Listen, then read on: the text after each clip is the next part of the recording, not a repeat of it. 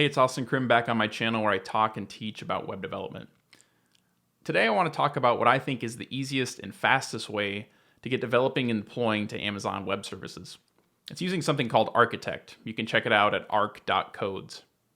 I think Architect is great for its local development story, its declarative infrastructure as code format, as well as its runtime helpers that make developing Lambdas a lot easier, especially when interfacing with things like queues or DynamoDB. We're going to go through their quick start, and I'm going to talk about some of the things I've learned in my time with Architect, as well as teach you how to develop Lambdas and deploy to AWS, all in a way that I think is really simple. Let's jump right in. Let's start by going through the quick start on their website at arc.codes. Now, a few prerequisites. This tutorial is assuming that you have Node.js installed, specifically version 14 or over. If you have some JavaScript experience, that would be helpful, as well as familiarity with some of the AWS services and what they do. That would also be helpful, but it's not required. So let's pull up our terminal, and we'll run this command that they show on the home page, npm init at architect, and we'll call our folder my app. With that created, we can change directories into our folder, and I'm going to go ahead and open it up in VS Code. Now see here, I just scaffolded out a few things for us. We have a package JSON for our JavaScript project. We have a source folder, and we have Architect's proprietary infrastructure as code format as well. Now this is what they set you up with by default, and you can read more about what each of these directives do on the arc.codes website. But for now, just understand that this HTTP pragma is specifying that we want a get function at the /route. So this is part of Architect's routing configuration, where I could add another route at a different URL, and Architect would generate the necessary Lambda code for me. In our source directory, you can see that we have a few nested folders. This is part of Architect's convention on how they structure their projects, but you can opt out of that using the .arc config file as well. And they set us up here with a Lambda function that returns a bunch of HTML. So let's run the arc sandbox command, which is going to spin up a local dev server that runs our Lambda, and we'll get it open in a web browser. Okay, so we're running our Lambda locally here on port 3333, and anyone else that's tried to develop AWS locally in the past, I hope you understand how impressive this was just with a single command that we have our function running locally and we can test it. It's not typically this easy. There are actually whole companies and startups whose product is helping you run AWS services locally. And that's part of the reason that I really like Architect. So let's take a look at the workflow for developing Lambda functions with Architect. So this function that it generated for us, we're setting the handler export to be this async function. That function takes an HTTP request that we're not doing anything with quite yet. But to respond, we're just returning an object that contains the different parts of the HTTP response. So the status code is set to 200. We have a couple of headers, and then the body is just this long template string, which has a whole HTML document in it. And with my server already running, I get hot reload kind of out of the box, so I can say hello from Austin and save that, and it'll restart the server for me. And so when I refresh my browser, I get the new response. And of course, Lambda functions can return just about anything that can be communicated over HTTP. It doesn't have to be an HTML document, so I could change it to JSON and say that the body is going to be a JSON string that says hello world, and save that and refresh over here, and we get a JSON response instead. So that'll be really common if you're developing any kind of API that needs to communicate over HTTP. So before we get too much further, I want to chat a little bit about some development time niceties that I usually like to set up in my Architect projects, namely kind of a lightweight way to get types and autocomplete going, as well as using native ESM or ECMAScript modules on AWS. So first off, kind of getting some typing going. So Architect does have a full-blown TypeScript setup that you can read about on arc.codes and their documentation. I don't want to go quite that far with that whole suite of tools, but we can kind of get a lightweight version of that using JSDoc comment syntax. Now, if you haven't seen this, I think you're really going to like it. And it does a lot of the same things that TypeScript will do for you as far as autocomplete, at least if you're using VS Code. So we can open up this multi-line comment above our function and actually give it a type. So if we want to type the parameter to this function, we say @param, and then we put a type in these brackets and then the name of the parameter. So if I put like a string here and then hovered over here, it would tell us that request is of type string, and I could say request dot, and it would tell me all the string methods. So that's really handy and a lightweight way to get the autocomplete. That's so nice when you're using TypeScript without actually adding the heavy tools. Of course, our request isn't a string. It's something that Architect is providing for us. And luckily, the definitely typed repo on NPM has public type definitions for Architect. So we can actually install those type definitions and use them in our JSDoc comments. So I'm going to npm install a development dependency, and it's from that definitely typed repo, which is the @types prefix, and the package is architect _functions. So it's architect 2 underscores here, functions. So if we install that, now in our curly brackets here, we can actually specify the HTTP request type that comes off of that @types repo. So we can actually do an import directly in our comment, import from that types package that we just installed, and grab the HTTP request type that it exports. So now if we hover over our request in here, we see that it's of type HTTP request. And if I say rec dot and pull up my autocomplete, you can see these are all the things that we should have available to us on an Architect request object. And similarly, if we wanted to type the return value of this function, we could say @returns. Where's that return? @returns. And that's an HTTP response. And VS Code will autocomplete that for us. So now when we're returning this object, if we wanted to know what else we could return, we have it there in our autocomplete, the different fields that it expects. Cool. So the other thing that I wanted to chat about was using native ECMAScript modules. Now this is something that AWS actually just shipped really recently.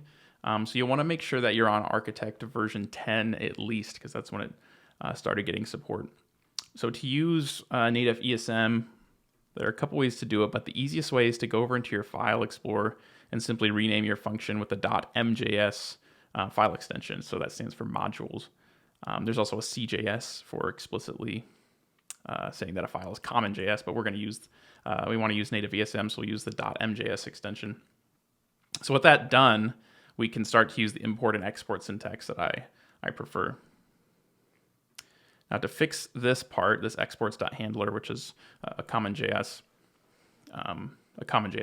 convention, Architect expects that our index file of this function has an export called handler, which is why with the common.js version, we're doing something like this. Now in our case, we can simply export our function and just make sure that it's called handler, and everything should work the same. So if I run my npm start to get my sandbox going, I come over to my browser here and refresh, everything should work the same. One more thing I wanted to discuss regarding Architect local development is the concept of the preferences.arc file. Now to talk about what kind of things the preferences.arc will solve for us, let's quickly turn our attention back to our routing configuration back in the app.arc file. Now app.arc is the project manifest that got scaffolded for us when we initialized our project, and this outlines what AWS resources we're going to need in development. Now right now we've just been talking about the single get function at the index route or the slash route. As your project grows, you're obviously going to want more than one function. So the way to do that in the app.arc file is to just go down to a new line, define the HTTP method that it's going to respond to, and the new path. Let's say we're building a to-do application, the classic coding first project. Let's say we want another route at get/todos, and we save our file. Now to actually get this code up and running, one thing we could do is just copy over this existing function, and rename the folder to our new route. And that would definitely work. However, that's going to get tedious and error prone as your project continues to grow. And this is one of the things that preferences.arc can help us with. The prefs.arc file has an @create pragma with the auto create property. So let's say @create, and below that we'll say auto create true.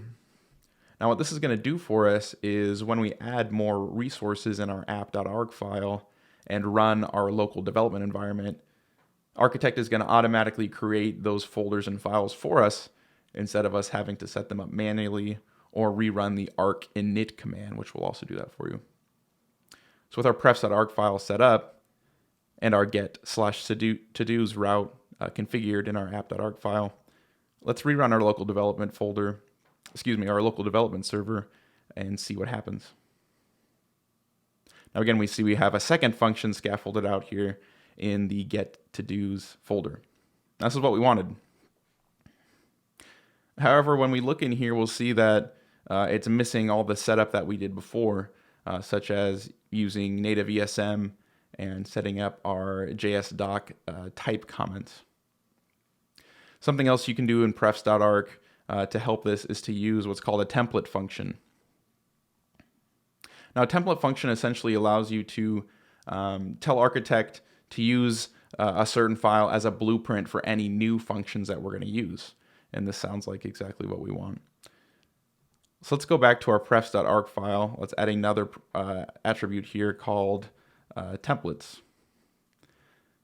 We're going to tell it when we create a new HTTP function, look in our template/index.js.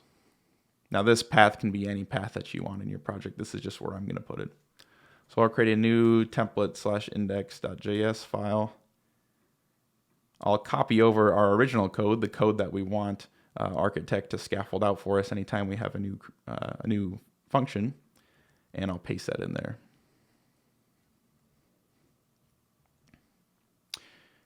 Now let's delete our newly generated get/todos folder and rerun the development server to see if we have this set up correctly. We're going to npm start again, and Architect scaffolded out this folder and function for us, and it's using all of our new changes just like we wanted. So super quick side note here, I just spent quite a while going down a rabbit hole after I recorded that last bit, researching whether or not an Architect template function can use ESM by default. Now I pointed out that the code in here is ESM compatible using the export keyword as well, but the sharp-eyed amongst you might have noticed that it actually generated a .js file instead of a .mjs file. I recorded that segment using a .js template, but even if you do switch it to a .mjs template, the output file will still be .js. So I did a little deep dive on Architect's code, and it looks like this is a limitation for now. It's going to generate a .js either way. So you can still have it generate your ESM compatible code on the inside, but if you do use that auto create function with a template, you'll have to come in here and rename your file to .mjs manually. Hopefully that's something that they can fix in the future. Anyways, back to the rest of the video. Now that we've got a nice development environment set up and we can quickly scaffold out new Lambda functions, let's take a look at Architect's runtime helpers and how they can help us out when interacting with things like DynamoDB. So to get DynamoDB going locally, let's open up our app.arc file and add a new tables pragma. Under your @tables, this is where you can specify any amount of DynamoDB tables that you want, as well as metadata associated with them. So in our case, let's have a to-dos table, and under that, indented by a couple spaces, we'll specify title as the partition key. Now, if you're not sure what a partition key is, join the club. There's a lot of people that don't really understand how Dynamo works. It's a different paradigm, but you can check out arc.codes. They have a couple good resources on there for getting started with DynamoDB. So now we have our tables pragma set up. we can restart our dev server, and it should tell us that we have, right here, at tables created in local database. So Architect will just seamlessly emulate DynamoDB for us locally using a library called DynoLite, I think. That's not super important. But now that we know we have that running, we can start to interact with it in our Lambda function. So to interact with DynamoDB through our Lambda function, we're going to install Architect's runtime helpers, which is actually a separate package from what we already have here. So we're going to npm install at architect/functions.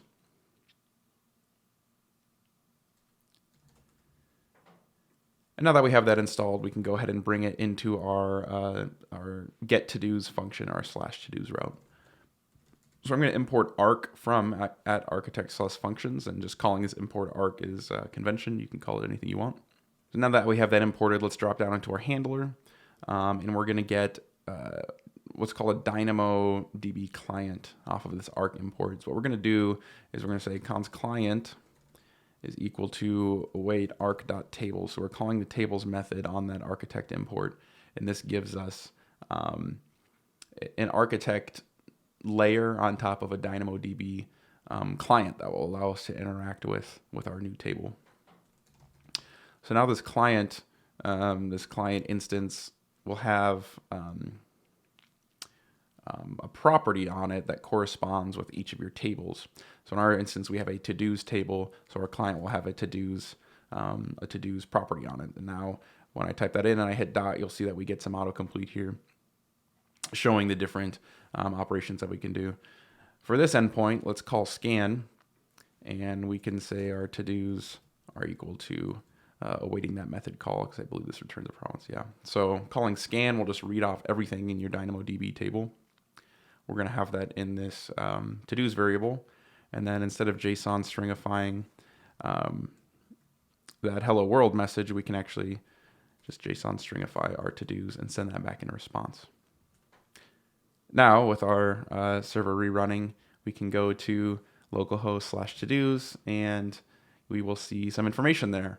Now, obviously, our table doesn't have any data in it yet, but at least you can see that we have the library properly installed and set up. It's making a call to our local instance of DynamoDB and telling us that we don't have anything in the table yet.